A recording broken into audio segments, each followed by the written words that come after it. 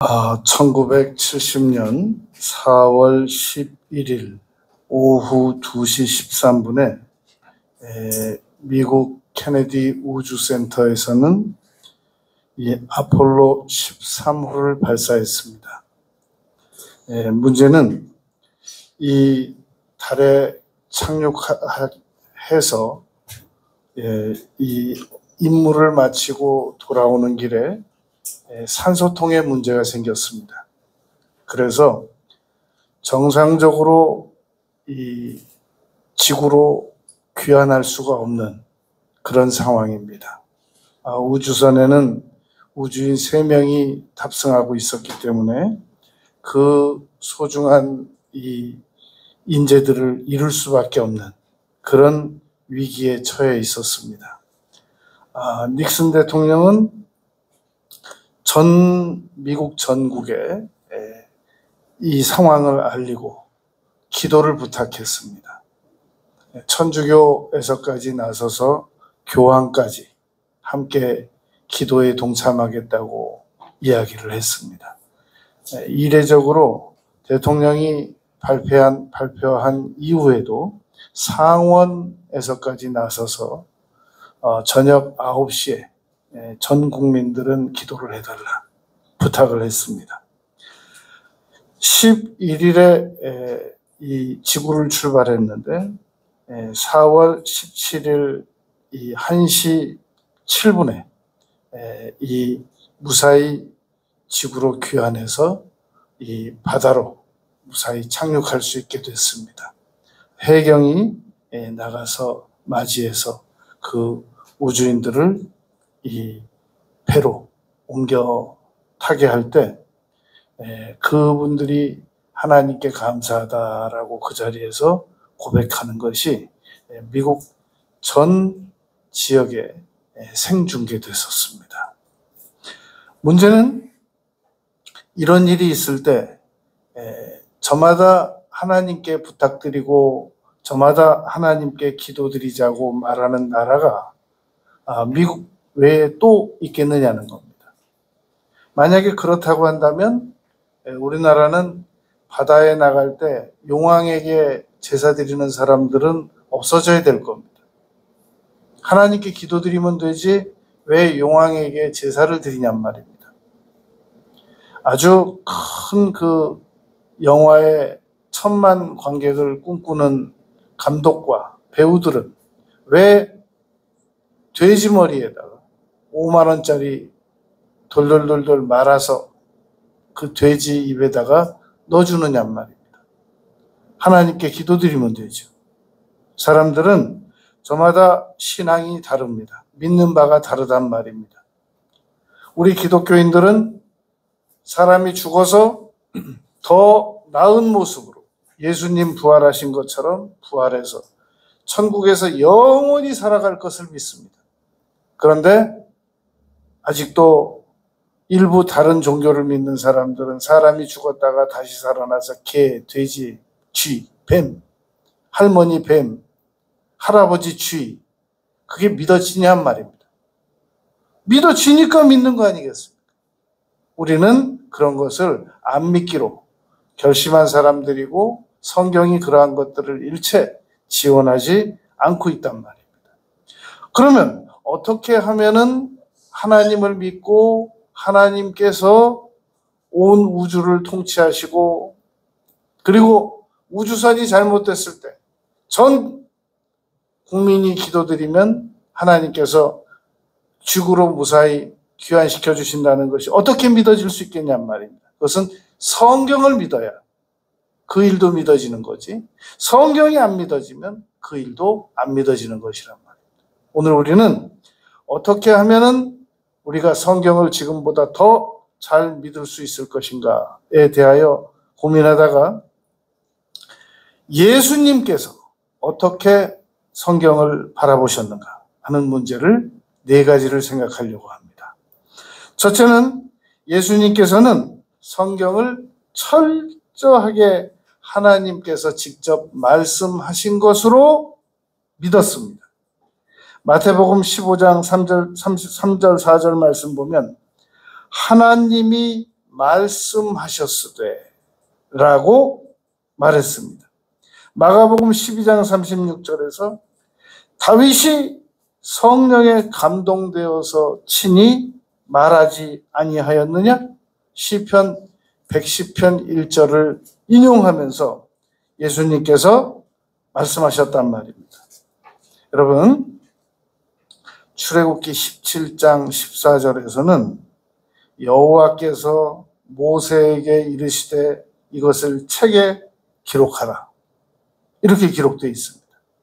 출애굽기 34장 27절에서 너는 이 말들을 기록하라 라고 하나님께서 모세에게 명하셨단 말입니다. 민수기 33장 2절 말씀에 보면 모세가 여호와의 명령대로 기록하였으니 라고 기록되어 있습니다. 여러분, 문제는 아무리 이렇게 기록이 돼 있다고 할지라도 이 사실을 인정을 해야 될 거 아니겠습니까? 이건 자기들끼리 써놓은 거지, 이걸 하나님께 모세에게 받아서 썼는지 모세가 하나님의 말씀으로 믿었는지 우리가 어떻게 알아? 이렇게 말하면, 이렇게 생각하면 구약 성경은 하나님의 말씀이 아닌 것이 됩니다. 그런데 그 구약 성경을 예수님께서 인정해 주셨단 말입니다. 어느 역대 대통령이 인정하고 무슨 케네디가 인정하고 레이건이 인정하고 이건 하나도 효력이 발생돼 안 된단 말입니다. 여러분, 지금 프랑스의 그 박물관에 가면 이 5.6kg, 여러분 5.6kg면 어느 정도 됩니까? 여러분들이 아는 5.6kg는 어느 정도 거리가 됩니까? 5.6kg의 이 거리 공간만큼의 과학 서적들이 있는데 그게 지금 활용이 안 되고 있습니다. 왜냐하면 과학 체계가 다 바뀌었기 때문입니다. 그런데 성경은 이 66권이 하나도 활용이 안 되는 구절이 없단 말입니다. 그 옛날부터 지금까지.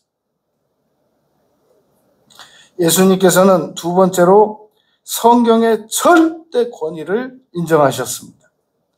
이 시험 받으실 때 마귀가 찾아와서, 사탄이 찾아와서 예수님에게 돌로 떡을 만들어 먹으라고 그러고 저 성전에 가서 뛰어내리라고 그러고 자기에게 절하라고 할 때 무엄하도다, 감히 나에게 와서 네가 이럴 수 있느냐라고 말씀하지 않으시고 마태복음 4장 4절, 7절, 10절에서 기록되었으되라는 말씀으로 성경 신명기 말씀을 인용하셔서 꾸짖으셨단 말입니다. 마태복음 22장 29절에서는 사두개인들에게 이렇게 말씀하셨습니다. 너희가 성경도 하나님의 능력도 알지 못함으로 오해하였도다. 너희가 왜 성경을 안 믿느냐? 왜 성경을 오해하느냐? 라고 예수님께서 말씀하셨다는 겁니다. 여러분, 요한복음 10장 35절에서는 예수님께서 이렇게 말씀하셨습니다. 성경은 패하지 못하나니.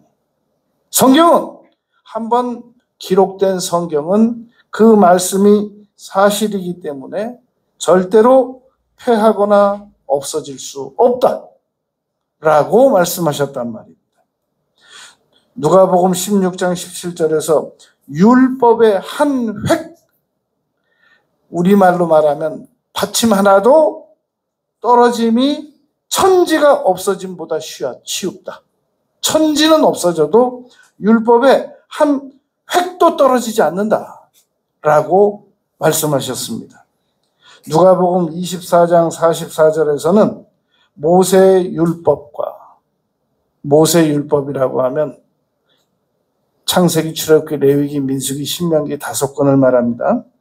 선지자의 글들과 이 구약 성경 전체를 말합니다. 선지자들. 특별히 시편에 나를 가리켜 기록된 모든 것이라고 말씀하셨습니다. 여러분, 성경을 창세기부터 계시록까지 말씀 보면 전부 하나님께서 인간에게 하신 말씀들을 기록해 두었습니다.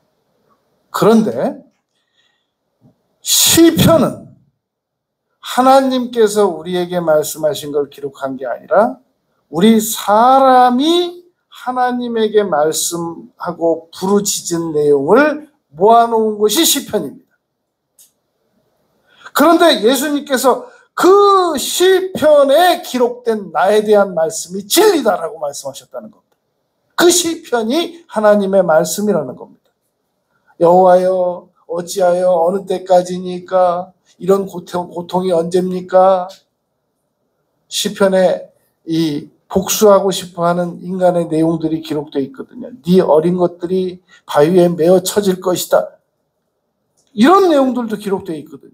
그런데 예수님께서 그렇게 말씀하셨습니다. 시편에 나를 가리켜 기록된 모든 것이 하나님의 말씀이다. 요한복음 5장 39절에는 이렇게 말씀하셨습니다. 이 성경이 나에 대하여 증언하는 것이다. 누가복음 24장 27절에서는 엠마오로 가는 제자들에게 이렇게 말합니다. 성경에 쓴 바 자기에 관한 것. 그러니까 성경에 예수님에 대하여 기록한 내용들을 예수님 자신이 인정하셨다는 겁니다. 우리가 성경을 누가 인정했다, 뭐 아무리 얘기를 들어도 이게 시원치가 않습니다. 여러분, 우리가 여름에 목마를 때 이 사이다 마셔보고 환타 마셔보고 오렌지 주스 마셔보고 해결 안 납니다. 끝에는 물 마셔야지 이게 음료수로 해결이 안 되거든요. 우리가 성경을 누가 믿었다, 누가 인정했다, 누가 추천했다 얘기해도 예수님께서 성경을 인정해 주셔야 그게 진짜 인정되는 거지.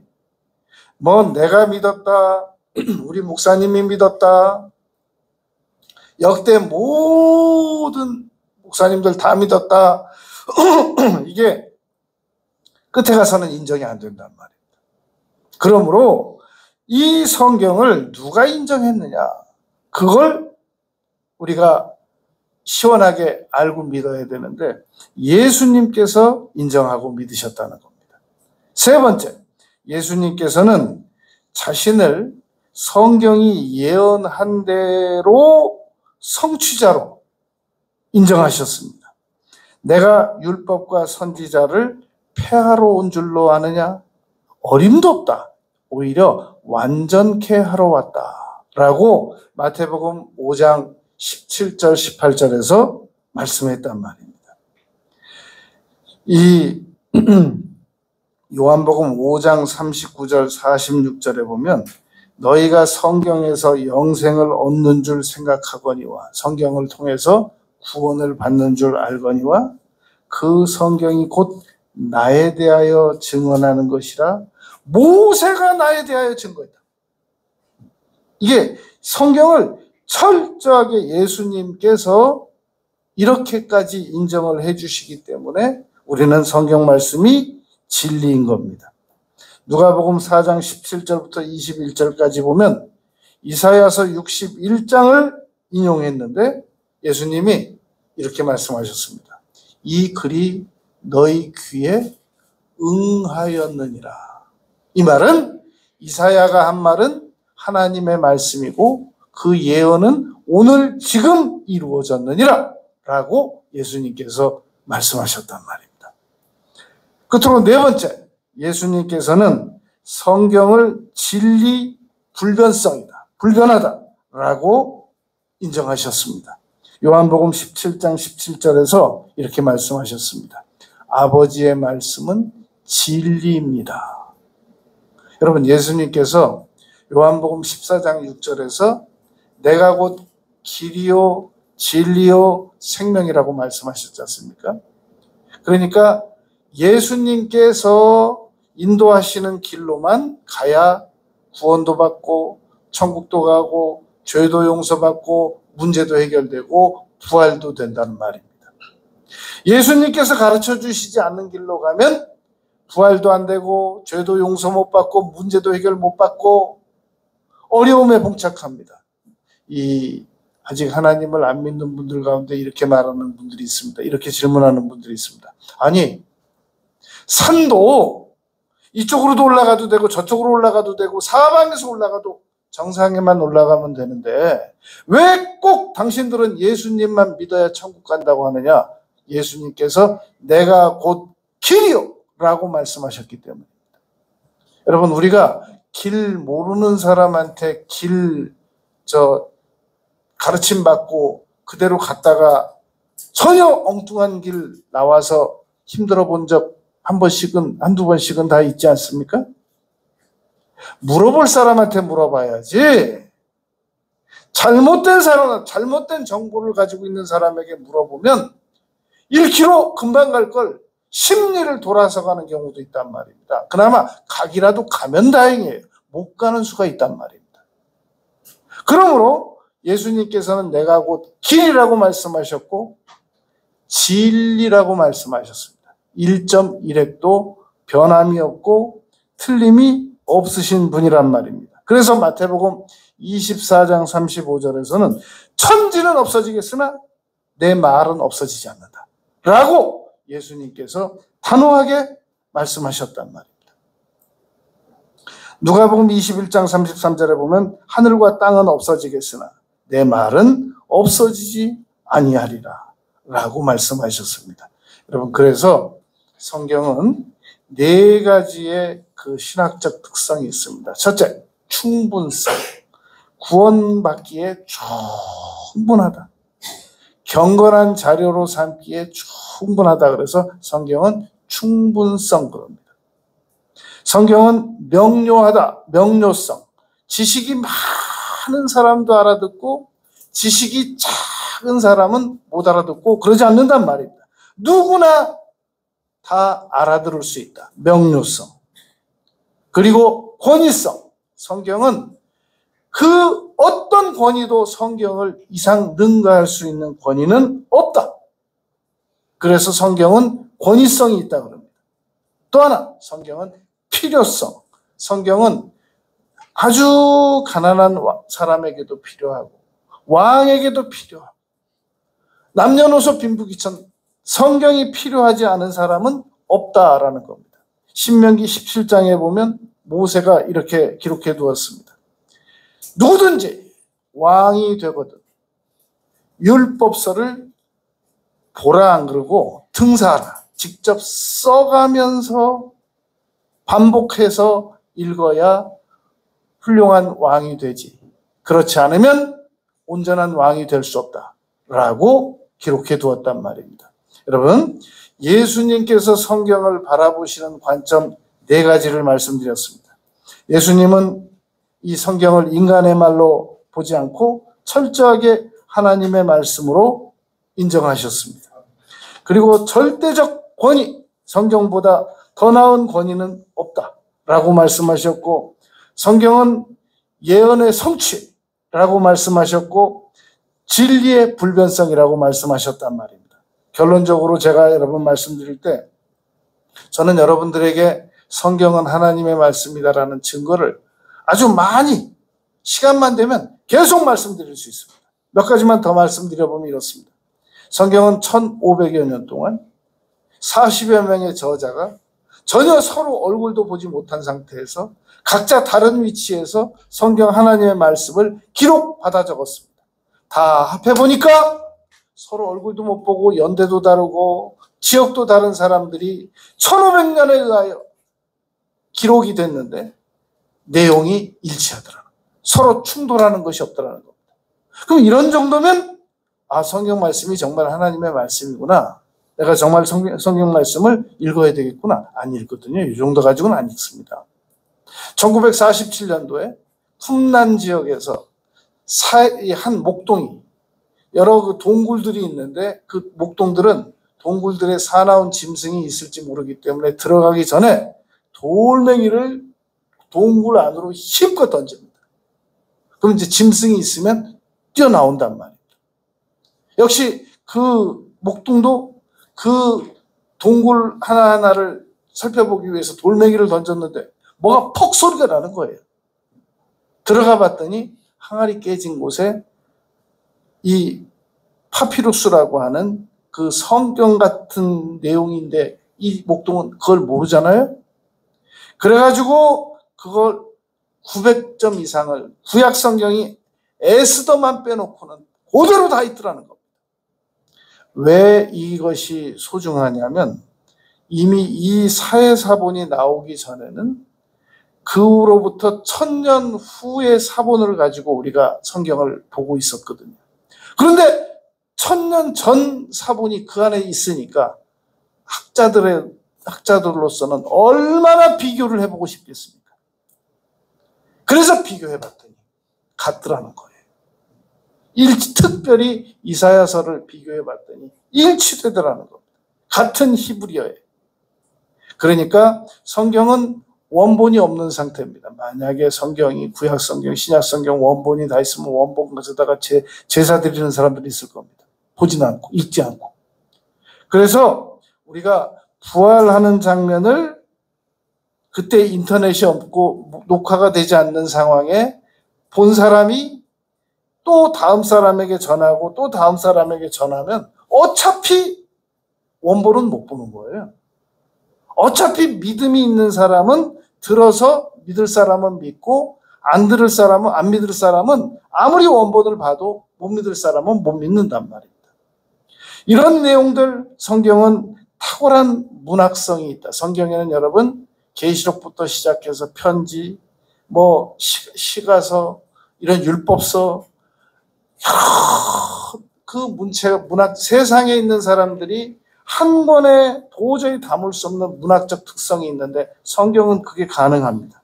성경은 탁월한 문학성이 있고 탁월한 역사성이 있습니다. 다 역사적으로 사실로 증명이 되고 예언이 이루어지고 윤리적으로 그 어떤 책에도 성경만한 윤리성은 없단 말입니다. 그리고 성경을 받은 사람들, 읽은 사람들은 반드시 변화된다는 특징이 있단 말입니다. 그럼 제가 물어보겠습니다. 이제는 성경을 읽고 믿고 받아들일만 하십니까? 제가 이 정도 설명했으면? 그게 안 된단 말이에요.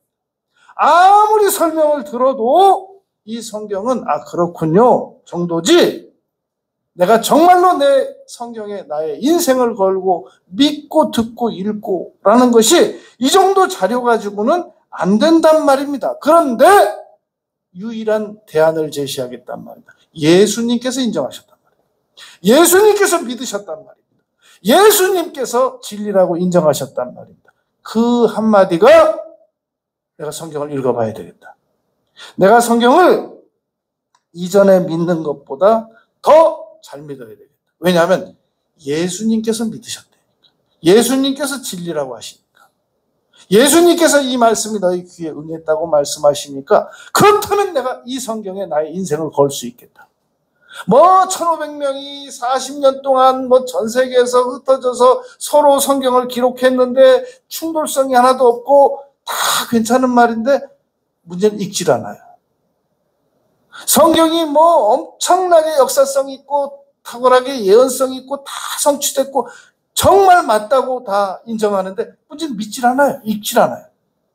그런데 예수님께서 구약 성경을 성경이라고 인정하셨습니다. 다니엘도 인정하셨고 시편도 인정하셨고 모세도 인정하셨고 이사야도 인정하셨고 요나도 인정하셨고 구약 성경을 철저하게 하나님의 말씀이라고 인정하셨단 말입니다. 여러분, 한 의사 선생님께서 위암 전공입니다. 그런데 그 위암 의사 선생님께서 어느 날 체중이 갑자기 줄어들어서 진료를 해봤더니 자기가 위암에 걸린 거예요.